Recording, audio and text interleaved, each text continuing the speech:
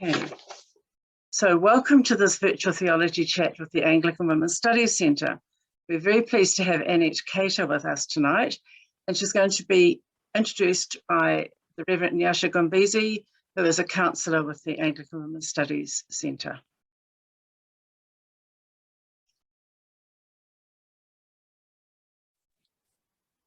Good evening. Hello, everyone. Good to see you. Annette, welcome. We would like to welcome Annette, Reverend Annette among us, who's just been freshly appointed Vicar of Lower Hutt Anglican Parish. It's exciting. I first met Annette in 2007 at St. John's College. She had just been priested, really 3 months as a priest, and she came to St. John's. And my knowledge of Annette and my assessment of her then was she was so smart. She was so truthful and spiritual and so creative in the way she led the worship as well. And it happened that we were in the same theological formation group together for a whole year. And seriously, for me, just being with her, I felt, why is she here? What is the church doing? Wasting a whole year, sending her over here. She's already a priest and she's great. So as a new person at college as well and in the Anglican Church of New Zealand, I didn't understand a lot of stuff, but I had those questions as well. I thought, she's ripe enough to go. Why is she here? And so like many of you, I would like to hear a little bit more of her story. The only thing I think that was a bit surprising was a few weeks ago when I read that she's a swearing priest. I didn't know that part. She never swore when she was with me. And I remember one time she hosted me in a home where when I was at a conference in Wellington. And so she's also very generous and hospitable, but she never swore. But Annette, go ahead and swear tonight if you want to. And also, I think we've been given permission to ask her anything. The harder the question, the better. That's what I had. So Annette, please welcome, and I would like to welcome my friend to speak among us this evening. Thank you so much for taking time.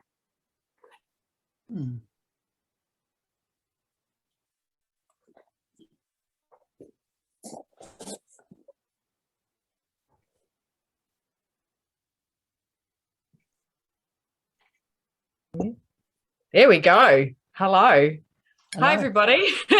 That was a very warm welcome, Nyasha. Thank you.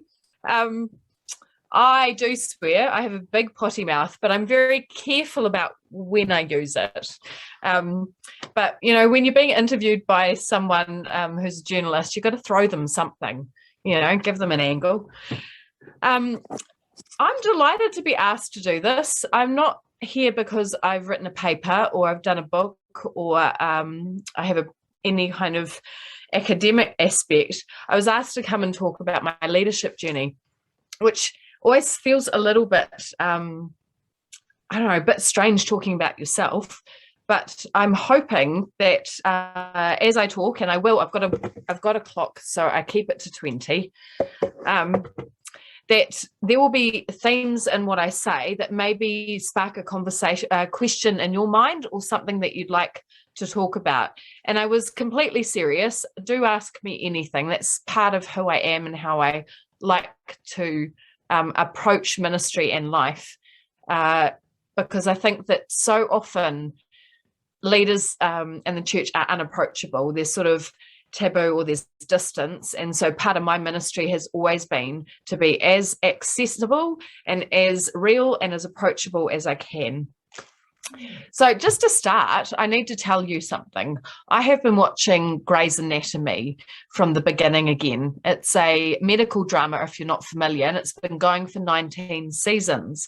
It started around the time that I was also sort of going through my discernment and ordination journey.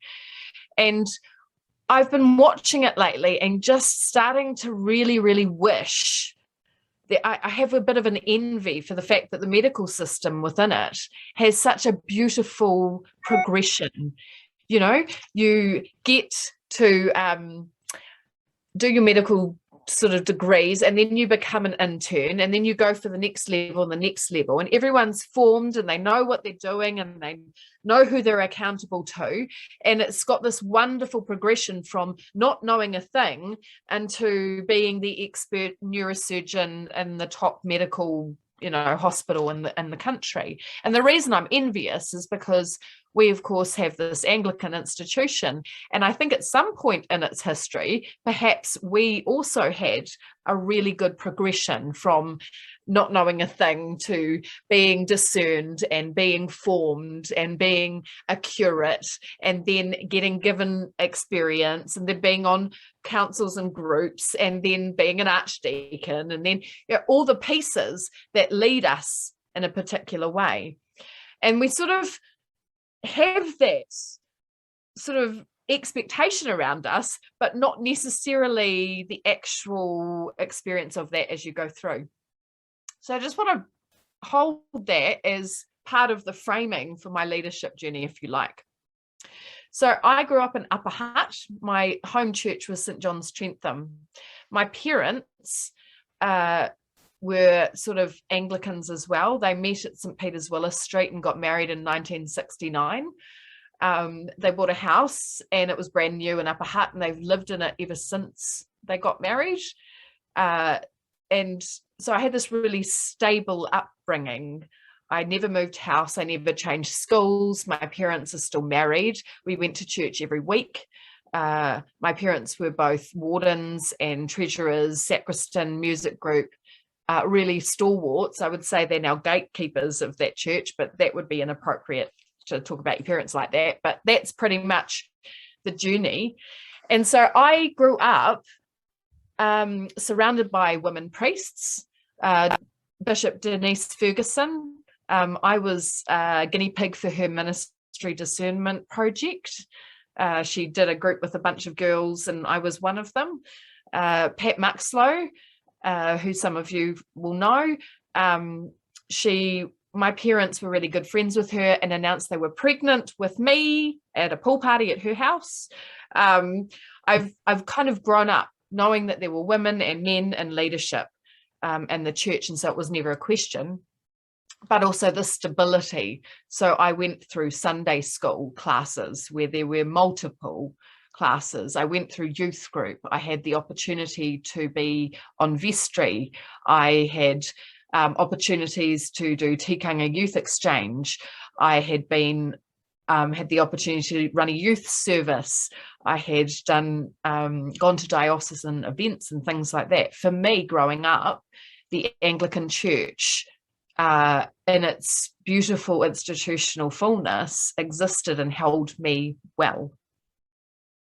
Now, I felt a call to being a priest probably when I was really young. I've never had a moment where I didn't know that God existed, if that makes sense. It was just a given that God was, in the same way it was a given that the Anglican institution was. And the sense of call came very early on that was just what I was going to do. When it happened, I sort of felt like I'd probably need to be old, married and sensible, and then maybe that would happen, because that seemed like what priests were. But I definitely knew that was where I was going to end up. When I left home and went to Victoria University, I did a English literature and theatre degree. I was living in the Anglican chaplaincy at the time, and I was shoulder tapped to apply for the diocesan children's ministry position that was being created. It was a 20-hour-a-week job. They'd gotten some money from St John's College to fund it, and because I had run Sunday schools in my local church, and I happened to know Trish Malcolm, who was the Archdeacon for Youth at the time, she knew who I was and what I could do. So that sort of seemed like a pathway forward, and so I did that while I was finishing off my degree, and that became my beginning of leadership journey in the Anglican Church. So that was in 2001. At that point, when Trish resigned, I became archdeacon. And this is when the challenges I think that we face in leadership started to appear. So I have noticed that attending church and being formed by that is quite different from leading that. It sounds really sort of matter of fact, but it's quite a different thing. I was thrust into working with somebody who was not born and bred Anglican, and I was their archdeacon, and they just didn't want to have anything to do with me, and this ended badly, and I ended up going to St John's College as a way of exiting that role at that time. I'd been ordained, but I wasn't ordained and raised up from a parish perspective. It was from this diocesan role, so it was quite unusual. So that formation as a priest hadn't really happened in the traditional way at that time. At that point, you still had people going to St John's for 3 years and then coming out, being ordained and having curacies in parishes. And so I was doing things backwards and a little bit unusually. I met Nyasha at St John's, and it's lovely to hear what she thought of me. I didn't think I was particularly well formed, but thank you. And St John's was a bit of a whirlwind. I had been given a 1-year scholarship. And so the study that I've been starting to do in terms of theology, I had to cross-credit. I couldn't cross-credit it from my BPhil that I was planning. So I did a graduate diploma in theology while I was there. And because I'd done Māori language as part of my undergrad degree, I didn't have to do that while I was at St John's. I ended up in the immersion class with the Tikanga Māori students, which was cool. And I had a wonderful year, but again, our institutional expectation was that you were there for 3 years. So the formation program sort of made a lot of assumptions. And I think I just happened to be there by the grace of God with Nyasha and a couple of others who were there for the year, and we became a ministry group together, which was really valuable. But we didn't get the same placements and other things that you would expect. When I came out of St John's, I was placed into a parish where the vicar at the time was really happy I was already a priest, because that meant I could do things that priests could do, because deacons were useless in his words. And I don't really feel like he had any intention on forming or training me. In fact, because my degree wasn't what he thought it should be, and I hadn't trained in the way he thought I should have, but at least I'm a priest, so I'm useful. That was sort of the dynamic we had. And I was there for about 18 months before it was abundantly clear that wasn't healthy for anybody. So I ended up moving from that to be the priest in charge of the Anglican Chinese mission, which was an unusual jump. They wanted me because of work they'd done with me as the diocesan children's person. So they knew me, but not as priest. And also, because it's the Chinese mission, it's a bit like doing a cultural exchange in your own backyard. They have Cantonese service where you get translated when you do your sermon. You're allowed to do most of your stuff in English, but when it comes to the sermon, you have a translator. Who I don't think was translating what I said, by the way, because he got laughs and I wasn't making jokes. So I feel like something else is going on. But I did that for 6 months. And I was still, very hopeful and excited about being a priest and being in ministry. But it wasn't something that I felt was doing what I was hoping for. And at that point, I'd been there for 6 months. I'd asked what else might be around, and there was no plan for people. So in the way that you might expect, a curate would be trained and we might have some progression. At that point, that was not the case. You were sort of left to your own devices. Bishop Victoria had landed in New Zealand, and she was doing a really good campaign for what she wanted in her clergy, and it sounded exciting. My husband, who works for the Ministry of Justice, had the opportunity to work in Christchurch, and so we made the move without me having a job. When I got to Christchurch, it turned out Victoria had very different expectations than Wellington. So because I didn't have a Bachelor of Theology, she wouldn't give me any I couldn't apply for any parish positions. She kept looking at my CV as though I should just do children's ministry roles and kept sort of pointing me in that direction. And so I had I could have taken a job, but I decided that actually I was called to be a priest. And so I said to her, well, what do I need to do? So she said, you need a degree. And because I'd changed diocese, I was required to pay for that myself because I wasn't a Christchurch student. So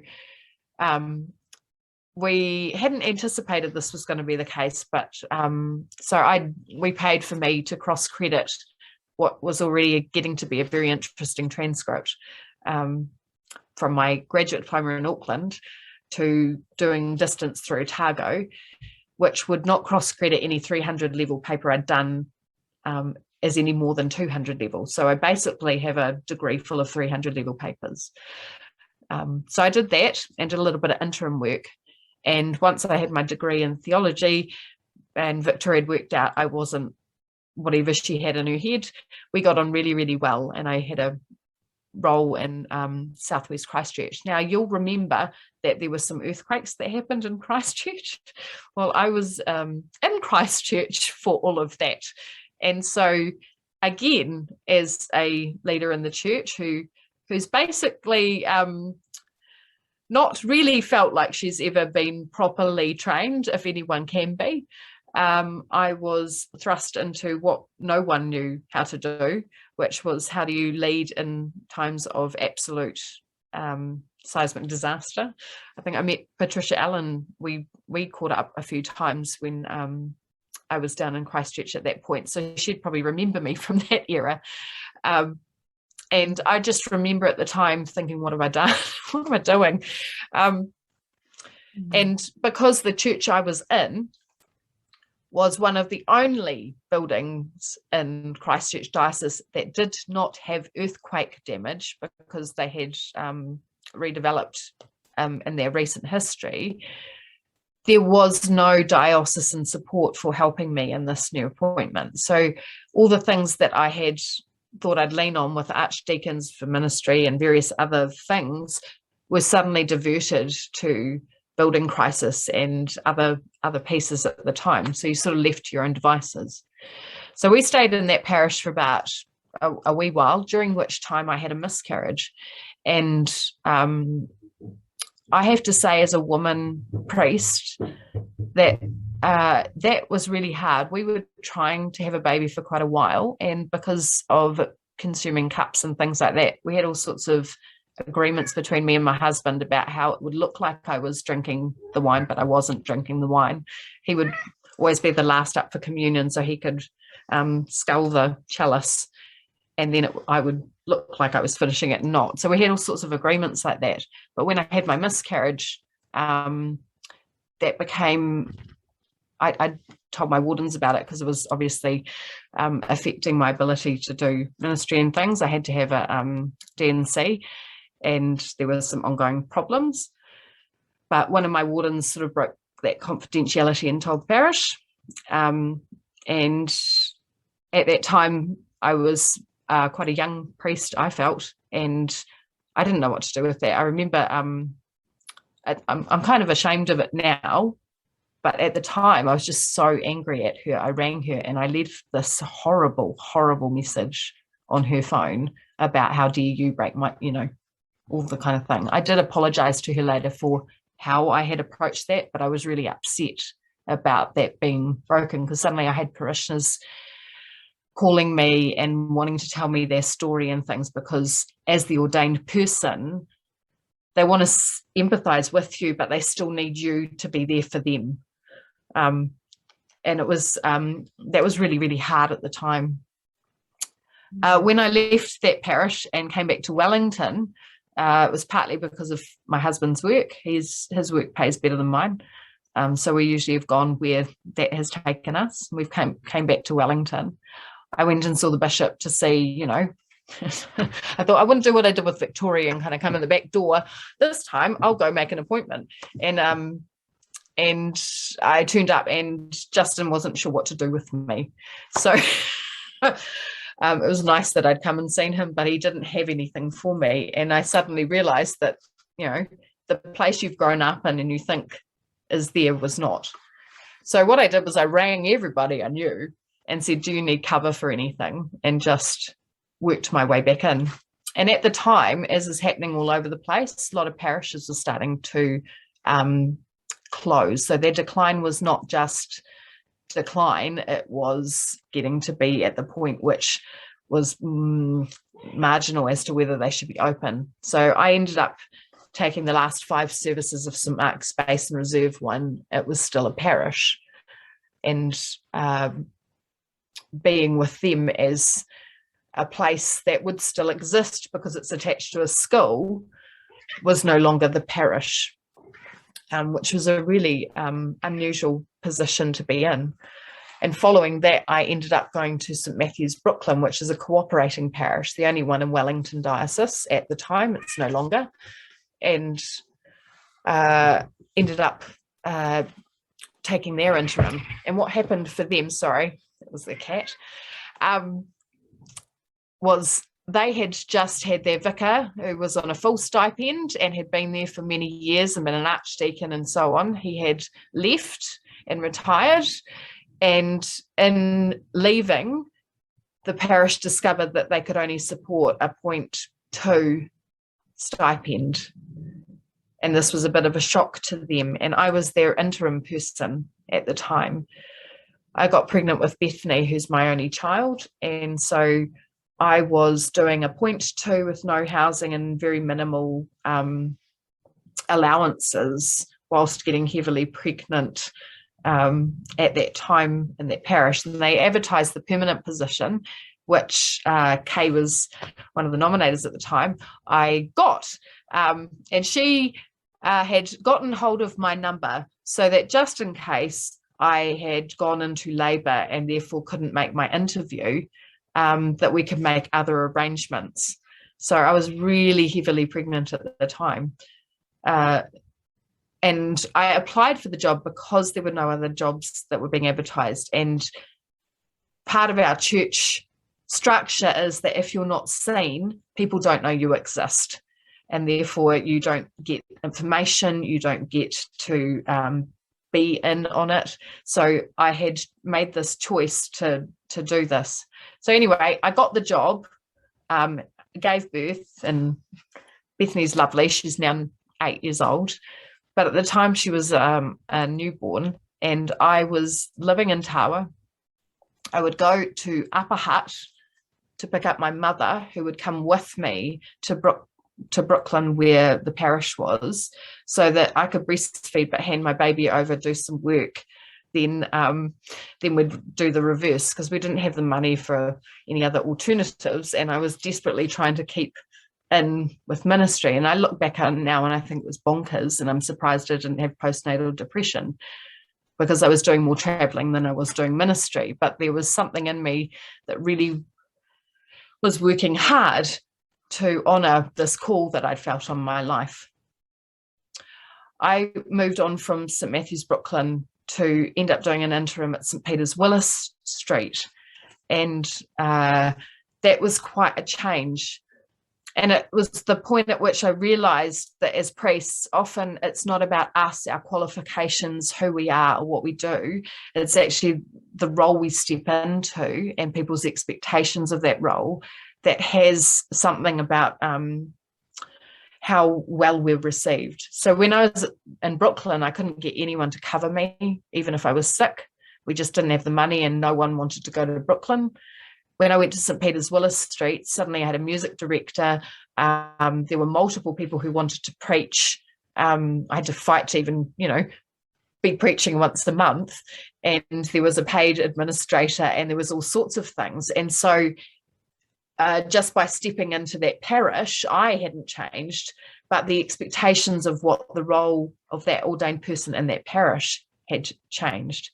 And so I got to play the part of the, interim person there, and I helped do some change management, which I'd self-learnt. I've often done a lot of my own independent reading on how to do things, because where I was at and what I was doing was not synced up with what the temperature or the broad understanding of what was going on for us as church leaders was at the time. So I got to do some really cool stuff there, but I was really burnt out by the end of it. First time that I had to deal with employment stuff, so I had to read up a lot on that and deal with some staffing things, which again, not a thing where I think any of us are necessarily formed or trained in, but you sort of hit the ground running on. So at the end of that, I got to go to Roseneath, which is Anglican Catholic parish in Wellington, Bells and Smells, and I was their first woman priest. And so for the first time in my life, I had people who were just obstinately against, they just could not fathom how a woman could be a priest. They wanted to call me Father Annette, and all sorts of strange things happened in that environment. They're a very joyful parish, and I loved them, and they mostly loved me. I remember presiding at the Eucharist, and there was a priest who'd been jacked up by a couple of the parishioners who didn't believe a woman priest was going to legitimately be able to preside at the Eucharist. And so when it came to certain points in the Eucharist, this hand would come out over my shoulder just to make sure that the bread and the wine was actually consecrated. And so for the first time in my life, I'm having to navigate that. At the time, I think I made the right call. I just kept being me, and I let the wardens deal with it. And over time, one of the particularly very, very staunch anti-women priest people had a conversion moment and came and apologised to me profusely. The other person left the parish. They now have a woman vicar who followed me, Kath Grocott, which is awesome, but it was quite an experience. Most of these appointments were interim, which means that I didn't get the security of a stipend, of being able to accrue the years to get your sabbatical, of any of the things that our system in its wisdom and default assumes. And so even though I enjoyed the variety, and I think it's been good for my formation, it takes a toll. And so I got the opportunity to be the associate priest at Aotearoa, which from an Anglo-Catholic parish, I jumped into what was more known as a happy-clappy, evangelical, very low church environment. And I jumped at it because it was bigger. I would get the opportunity to do staff management and grow things. And I had quite the opportunity for something a bit different, but team-wise. And I thought that would be good. Also, I happen to have a house in Aotearoa, so it doesn't hurt to be in the same suburb your parish is in. And for the first time, I could walk to church. I've always had to manage my time. And so this one was quite special for that. But I learnt that I'm pretty Anglican in the sense that I quite like liturgical worship. I enjoy sacraments and mystery and symbolism, and my spirituality is definitely contemplative. And these things I've learnt not because I had intentionally thought that, but because I've experienced leading in a parish that was not that. So in Aotearoa, most people attend the Anglican parish not because it's Anglican, but because it has children, youth, and music ministry. And then if they get anything else, it's a bonus. So most of them would be constantly apologising for not knowing what being an Anglican is. So it's got quite a different feel to it. And so now I find myself in this position after 3.5 years of being an associate. It's 0.8, and a lot of our system is good to the vicar, but if you are the extra clergy, whether it's assistant, non-stipendiary, self-supporting, retired, it's a little more hazy about how what your relationship is with the parish, depending on how well you're known or all those sorts of things. It was advertised that the parish of Lower Hutt was looking for a vicar, and having grown up in Wellington, I had always thought that was like a very like that's a dream job parish, and I'd always sort of promised myself that if it came up I'd apply. So I did, and and it turns out after 2 weeks, I, you know, spoiler alert, I've got the job. But the journey to get there has not been straightforward, and the difficulties along that have been hard to articulate, but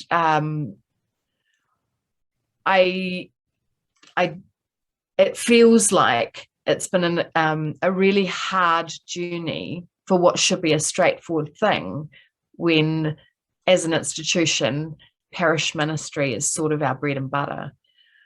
So I'm going to stop talking at this point, because I think I've given you sort of a running journey of how I got from A to Z, and I've probably left out some bits. But the reason I think that Revd asked me here is because of that, those aspects of being a woman in leadership, and what does that look like? Because, as I said, I grew up with women priests. It was never a question for me, and the way in which my journey was so stable, when the experience of institutional Anglicanism is at its best, I think there is very much value in parish ministry.